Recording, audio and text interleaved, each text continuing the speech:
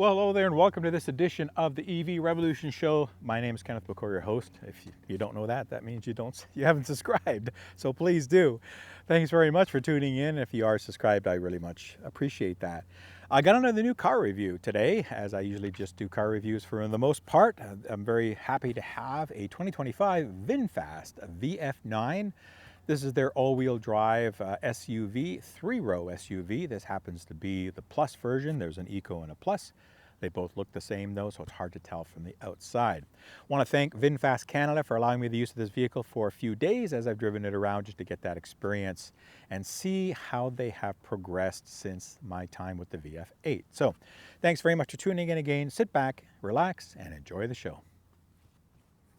Now, the VF9 is the second of a Vinfast product line to make it into mass production and markets here in North America, both in Canada and the US. There are more coming. There's the 7, there's the 6, and they have others in country and in other parts of the world that we may not see here in North America, like the 5 and the 4, I believe, maybe even the 3. There's all kinds of numbers here. 9 is their biggest product. As I mentioned, it's their three-row SUV with a big battery and good range and nice creature comforts. But when we look at this product, it very much still looks like the Vinfast VF8, just only elongated from a design perspective. There's Italian design language in here based on who is helping them with a design perspective, and you can see that flair reminiscent in this design language. It's a very nice looking machine. Just filming this morning, I had a few people walk by going, "What is that? That looks really great," especially in this beautiful metallic green color. I forget the color, but it's a very nice color that they offer as an option. But from a design, you've got all kinds of elements. It has a pretty good drag coefficient to try to keep it down. It is a little lower to the ground than maybe a traditional SUV is. But it is that for aerodynamics and efficiency. It's got this hood scoop, which allows air to flow not just over the hood, but also inside of it, through it, to allow air to flow a little easier. And a lot of little touches on aerodynamics here just to help it glide through the air as you're driving around easier. I like the looks of this vehicle. It's a very pleasant looking vehicle. The proportions are nice. It's got that little bit of muscular approach to it, yet streamlined, modern looking. The lighting package, everything just works really nice on this from a design and from a looks perspective. Everything blends together very nicely. They have the running boards on this as well, which comes, I believe, standard with this product. It might be an option, you'll have to check, but a lot of these little creature comforts just to help owners navigate around this vehicle. And you know it's a Vinfast by just that design language again with the logos in the front and back and the lettering. Good job on the design. I think they've done a great job on this product to help. And also once we get into the interior, you'll see a pretty good use of space inside as well. So we start talking about some of the specs on this vehicle. From a power perspective, it's a dual motor, as I mentioned, all-wheel drive, puts out 402 horsepower and 457 pound-feet of torque. So certainly not at the low range of those power settings for a larger SUV, but not at the high range as we've seen others that go into the 700-800 for torque. So very reasonable, and it's certainly enough to move this around. Now, all that power comes from a 123 kilowatt hour battery pack, a pretty big size battery pack. This has around, I think, a 3,200 millimeter wheelbase, or 3,300 millimeters. It's pretty big wheelbase, so it's a pretty large size battery to help with that. Of course, it adds weight, but to help give it the range that it needs for a larger vehicle. Now, when I mentioned range, EPA rated range on this is 468 kilometers. That's exactly what I'm seeing on this as I've been driving this for a few days, those range estimates in this nice summer warm weather that we're having. So it seems to be bang on that from a range perspective. You might creep closer to 5 depending on if you're doing a lot of city stop and go driving. Of course, you get some range back through recuperation, and I'll talk about that during my driving. But pretty decent range, solid enough to get you through more than enough for your daily use cases in the majority, and for good road tripping. And I'll talk about charging, because if you're going to road trip, you're going to want to be able to charge decently to be able to make those road trips a more pleasant experience. And this does support level 1, 2 AC up to 12 kilowatts, which is good. So if you put a home charger, you'll certainly go from 10 to 100%, or fill this up, as we say, with electrons in about 8 or 9 hours using that. Or if you go DC fast charging on a road trip, you can go from 10 to 70% in about 35 minutes. Now, Vinfast, I couldn't find the rated fast charging numbers from VinFast. All they do is give you that kind of time element that I mentioned, but it seems to be estimated around 160 kilowatts or so of maximum DC fast charging speed. So kind of right around the middle of the range now for the larger EV vehicles. Most of the larger ones we're seeing over to the 200 range or into the close to 200 kilowatts. This is a little bit lower in the 160s, but not at the lowest range like some are into the 125s and 150s. So it's kind of in the middle of that range to be able to fast charge that. So if you are going to a road trip, get down to about 10%, going to go back to 70 or 80%, it's going to probably take you about 40 minutes to do that. Maybe 45 tops, but probably around 35 to 40 minutes to get there depending on the weather and the circumstances. And then you'll get another 350 or so kilometers of range, and off you go for another 3 hours of driving. So a pretty good experience there overall for all the power and the attributes that this vehicle has. From a cargo capacity, if I look at the front trunk, it does have a frunk, as you can see here. It is, from a cargo capacity, about 3.5 cubic feet or about 75 liters. Got some tiered spaces in there. Good enough to put a few things. Could be a little bit bigger, but the good thing about this is that you have easy access to a lot of the things you may need to get to, like your 12-volt battery and some of the other stuff that's in there. So they've done a good job of maximizing the space as much as they can here. All right, so if we look at cargo space from the rear, it does have a powered hatch, if I can find that. I've seen some comments about how slow this hatch is. This is in the fastest setting. It does take a bit of time to go up and down, I will give you that. When you're closing it, it does this kind of check to see if anybody's around. And sometimes if you're too close, like where I am, I'm still away from it, but I'm close enough, it might stop and wait till I step away a little bit more. It's just a safety thing if they've gone a little bit overboard on it, but it's okay. I'd rather be safe than not. Taking the speed of the hatch aside, it's got a pretty good amount of storage space. So as you can see, the third row is up, and behind that third row, it's about 7.5 cubic feet of storage space, 212 liters. Now I can put these seats down, and we do that by first flipping these headrests, pulling this tether cord, and then dropping them down here. I'll do that, so it's pretty easy to put that.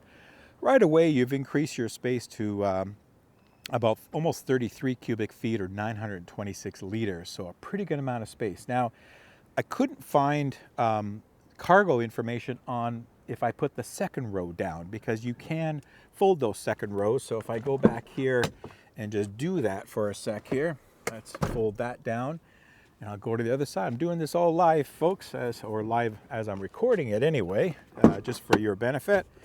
Try to do these things on the fly. So as you can see, they fold flat. You get a pretty good folding floor here, a good amount of cargo space, so I don't know what that number is. I would guess it's probably around 2,100 liters, at least 2,000 liters or so of capacity, maybe around 45 to 50 cubic feet. I don't know, but it's a good size. You can get a lot of stuff in there. Now, it's not a complete flat floor, and that's probably why I can't get that measurement, because there's the gap between the second row and the third row as they're folded, and they're a little higher, as you can see. It's not completely flat. There's a bump up. So I believe that that's why you can't get a full rating, but certainly if you were going to go to Costco or go to Home Depot and put some stuff in here, you could put a good amount of stuff in here. I would think you could get an 8-foot piece of lumber that would probably only stick out about a foot or so here if you laid them all the way in there put a blanket down. So I think it's a pretty good use of space to put a lot of stuff in, and that's again what these 3-row and these SUVs are designed for. And there is a bit of space in the under storage area as well here. There I've got the charging cable in the pad here in the box, and there's a pump, a tire repair kit, all that kind of stuff in your toe screw. But as you can see, my hand can go down almost to the elbow, so it's got a pretty good use of space. There's a foam insert at the bottom, which is fixed. So a little bit of space here that you can use, not as big as some of the other products that are out there, but at least they've thought of something there. Because that battery pack is big, it actually comes almost underneath this third row seating as well. So you can get really large, but you can get a good enough cubby to put some stuff in. All right, as always for 3-row SUVs, we got to try out the third row. So I'm going to try getting into this. Now I'm going to preface it by saying that it is, again, something that's smaller for smaller adults and children. The access isn't too bad like some of the other vehicles that we've looked at, but it's still a bit challenging, at least, as I mentioned, in this configuration that has that fixed console for the captain's chairs. I would prefer to see two captain's chairs without that console. Like the Escalade that I did, again, it just really inhibited and narrowed down the entry and exit points for the third row. However, in saying that, let's use what we have. So the easiest way that I'd be able to figure out to get into this rather than sliding the seat forward is just using this mechanism here to lift the seat. It goes that way. Then there's a white pull tab under here, and it flips the seat up like Chrysler kind of thing, where it has those folding seats. And then you get in. It's a fair, as you can see, it's at least my arms, elbow to fingers width, so it's not a bad width to be able to get into. So let me get into here and try it here now. So let's see how graceful I can be. Okay.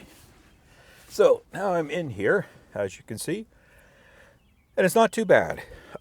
This seat does have it doesn't have much floor underneath it. So I noticed in watching some of the other videos on this product, if I close this down here, I won't put the seat up because I know it's moved all the way back, but there is very little leg room that I have here. I know I can push the seat up to get more leg room, but as you can see, my knees are pretty high. They're not flat. They're not flat on here. I can put my fist underneath my leg and still have room between the seat and underneath my knee. So the seats are okay. They're not as comfortable as the other four.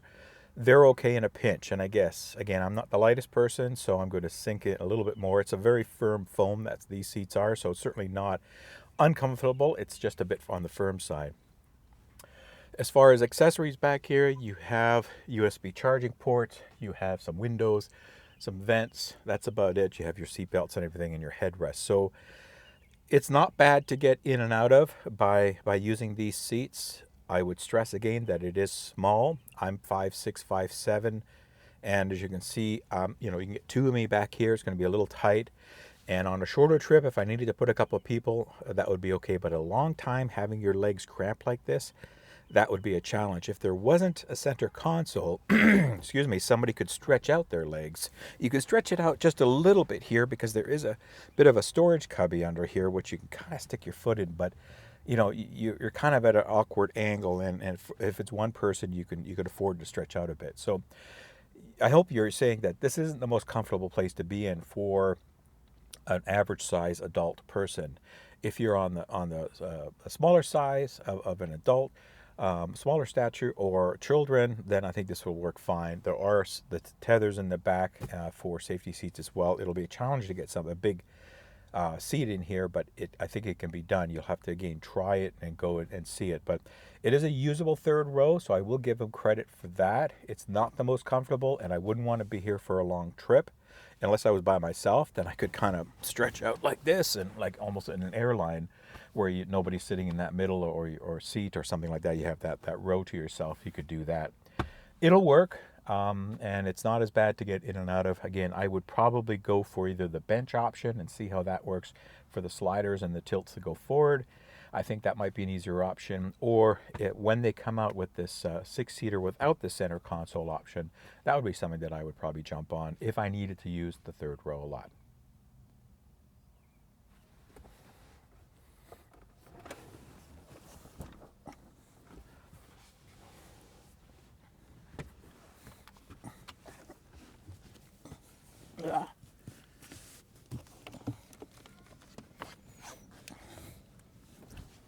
Okay.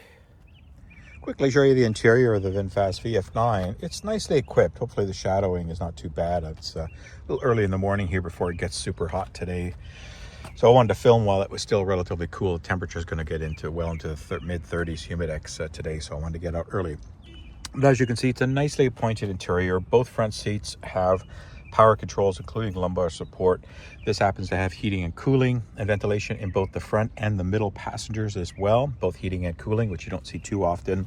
So that's pretty nice. Look at, what I said on the VF8 review is very similar. Is the workmanship and the quality of materials is nice in here. It's very nicely laid out, and everything is nice to the touch and the feel and the looks and all that kind of stuff. So let me just get to something here. Make sure the music doesn't come on. There we go. So as you can see, it's got a big 15.9 inch, I believe, display. So it's pretty big in landscape mode. All your controls are here, a la Tesla. It's all soft touch like before. You've got your gear shift levers, which are buttons here for your gear shift, big cup holders, and a phone charging mat as well. Some deep storage here. If I move the key fob out of the way, some deep storage over here in the center console. Lots of USB ports for charging and connectivity. There are tons in this vehicle. Fair size glove box, and again, some vents, and the dash is pretty nice. You have your lights up here. You have your fixed panoramic roof. That's what I'm trying to say. There's no shade for this. I would have liked to see a shade because it does get a little warm in here. So I would have liked to see that, but I'm sure there's aftermarket accessories like there are for Tesla. But again, nice quality seats, very comfortable seats. It's a nice interior to be in. Everything is ergonomically easy to available. The menu system is pretty straightforward once you figure it out. Again, once you set a profile, it'll save all your settings so you don't have to continue to go back and repeat everything. These press cars, we typically don't have that, so every time we get in, sometimes I have to change some of the settings. But overall, a very pleasant experience here in the front. Let's go to the back. So the back seats here, a very similar experience. A nice use of materials, soft touch. You have your door openers here on the side. There's also manual, at least for the front. I'm not sure where they are for the back. Something I would have to research. Might be a button. Sometimes there's another lever here to open these. So you have, again, power seats in the back. In the middle row, I should say, this is a 3-row SUV, so that's uncommon to see that feature, where you have multiple adjusts, including lumbar. These also have, because it has the captain's chairs option, which includes that fixed center console. These are heated and cooled, ventilated seats as well. So again, something very rare that you don't see in a vehicle that's at this price point. And I'll get the pricing later on. Again, nicely appointed interior. Now, what I will say is that if you are going to use the third row a lot, if you're buying this for 6-passenger or 7-passenger needs, this is a 6-passenger version, then I would get the version that has the bench seat here. So it's a 3-person bench seat. That's a 60/40 slider or fold, I believe. I think it's a slider mechanism. And forego the center console. The center console is very nice. There's lots of stuff. You have holders for drink holders. You have a huge cubby here with a wireless charging mat inside and lots of USB and storage connectivity. So there's lots of things that you can put in here, but it takes up a lot of space. And if you're trying to get to that third row through the middle, you can't because you've got this fixed console. So something to think about. Again, always stress folks, go look at these. Go physically look at these vehicles if they're of interest to you. Take your family, climb around, touch and experience it to see if it works for you ergonomically as well, because that's important. I can only show you so much on a video review. It's all a lot of personal taste. This has second row display as well for controls for media and for AC and the seats controls for cooling and ventilating and all that stuff. And heating. So very nice interior with that panoramic roof. I'm going to show you the third row in a sec as I get in there and talk about it, but as far as the build quality of the materials and the feel and the use of the materials, it's very nice. Again, I'll just add, if you're looking to use that third row a lot, then I would forego this option. I think this is a $6,000 option, the captain's chairs. So we'll forego it with the basic bench version, which will give you 7 passengers, and I believe a little easier access to that. Now, I did ask Vinfast if they're coming with a 6-passenger without the center console. So can you get these captain's chairs and forego the console? They don't have that option yet, but I hear it's coming. I hear a lot of people are asking for that more of the traditional 6-row without anything in the middle. And that way you've got a lot of easy access to get in and out of the back seat, because that's what I'm all about, is not so much getting in, but how do you get out of these things in a hurry if you had to? That's always something you got to think about. So anyway, a beautiful interior, very nicely equipped, no squeaks, rattles, everything. The fit and finish is nice. The build quality is strong. They've done a good job.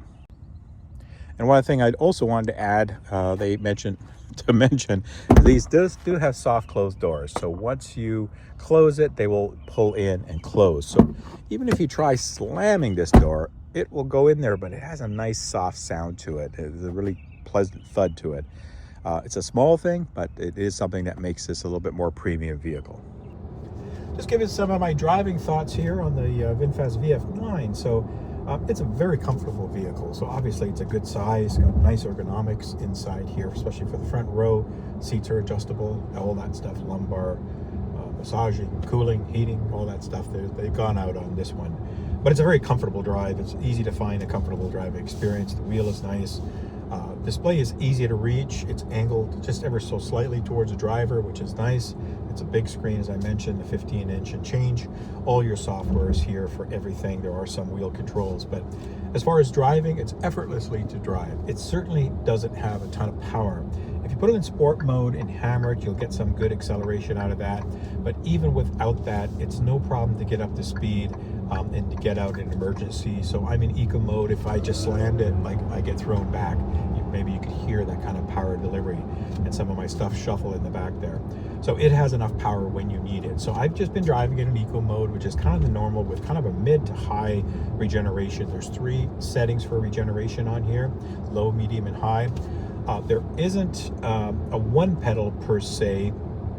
There is an auto hold feature, so I believe that because I have creep turned on, if I turn creep off and put auto hold on, that will give me a one pedal experience, especially with high regen. I believe, I haven't tried it, but it comes pretty close with creep on. Creep means that the car acts like a regular automatic car that you have, where it would, if you let off the brake, the car will start to move forward or creep forward. That it has this mode as well, so it will do that. And I've left creep on so I can use the brake a bit and use regen for most of it, and the braking for the last little bit. They've worked well. The steering is a little different. In just normal straightaway speeds, it's pretty responsive and stuff, but when you go slow and have to do those turns, you do have to turn the wheel with a little bit of effort and force, and sometimes you lose a little bit of that sensitivity to the ground there. It works, don't get me wrong. It does take some effort, especially to make a U-turn in this vehicle or to turn it around and sit with that long wheelbase, but it is, again, effortlessly easy to drive and navigate. It's very comfortable.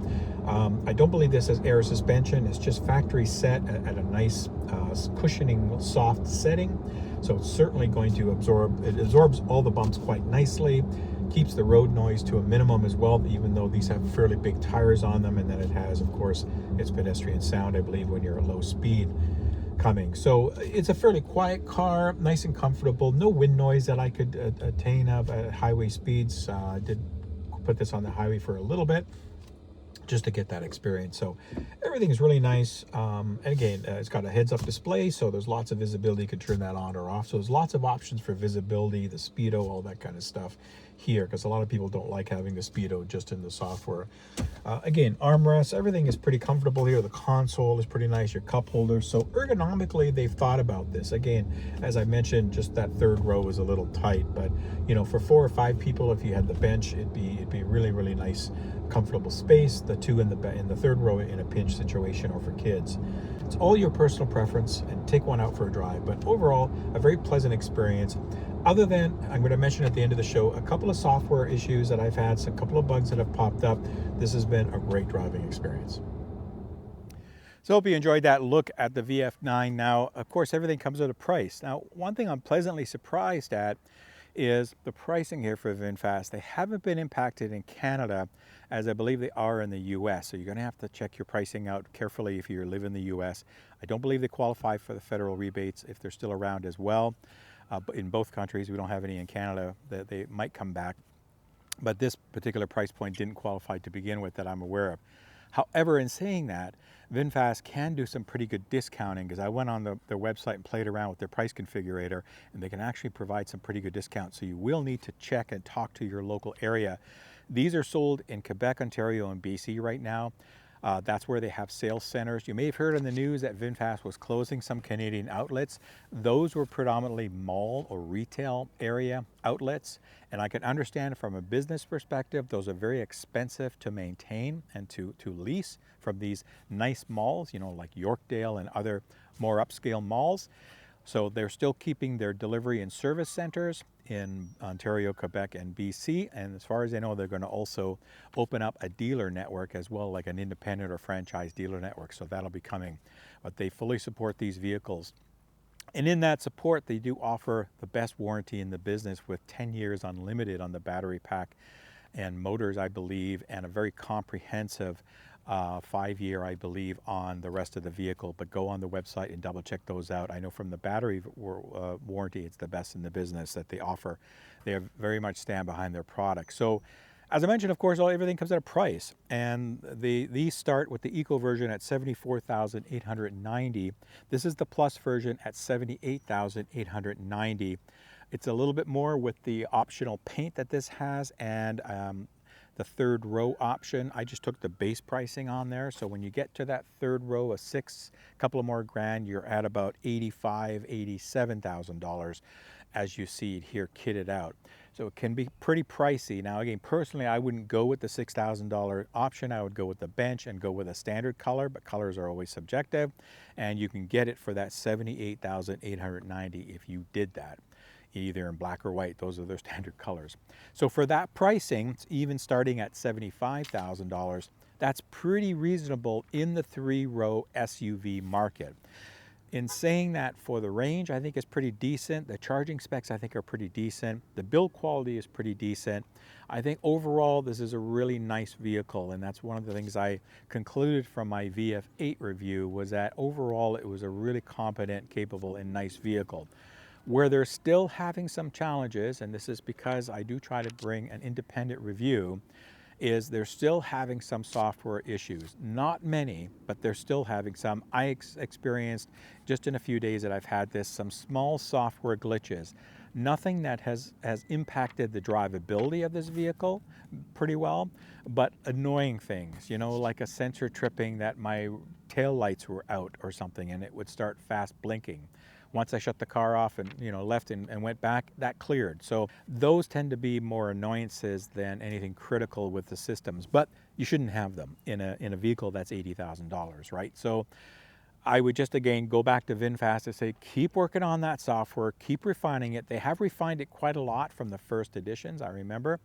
Again, build quality, use of materials, design, comfort, these are very comfortable. Everything is really, really nice about this vehicle. Just some of those software annoyances are a big pain in the butt sometimes. So hopefully they fix that. So do I still recommend this vehicle? Absolutely, I do. Again, you got to check it out. You got to see ergonomically if it works for you. If it's something you want in your budget, it's definitely a great family car. One other thing I wanted to add is that you can tow in this vehicle with the right package, almost 4,000 pounds of towing, or about 1,800 kilograms of towing with trailered, with of course the trailer brake system and all that kind of stuff. So pretty decent setup all around, good recommendation, definitely something you should go look at.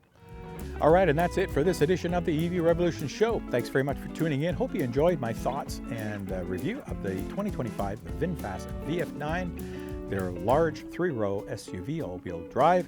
Again, thanks Vinfast Canada for allowing me to use this vehicle for a few days. And certainly if you have questions, if you have one of these, send me an email. You can reach me at this stuff below on X, Twitter, or through my email.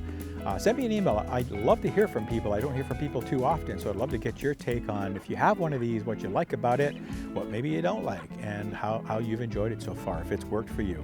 If you have any questions, email me as well. But again, thanks very much for tuning in. The EV market continues to chug along at a decent pace. We're, even with these economic times and uncertainties sometimes, we're still seeing EVs become more of a choice for consumers. So if you have questions, I'd love to hear from you. Keep watching my channel. Thanks very much for tuning in today. And until the next show, I'll see you when I see you before this truck comes.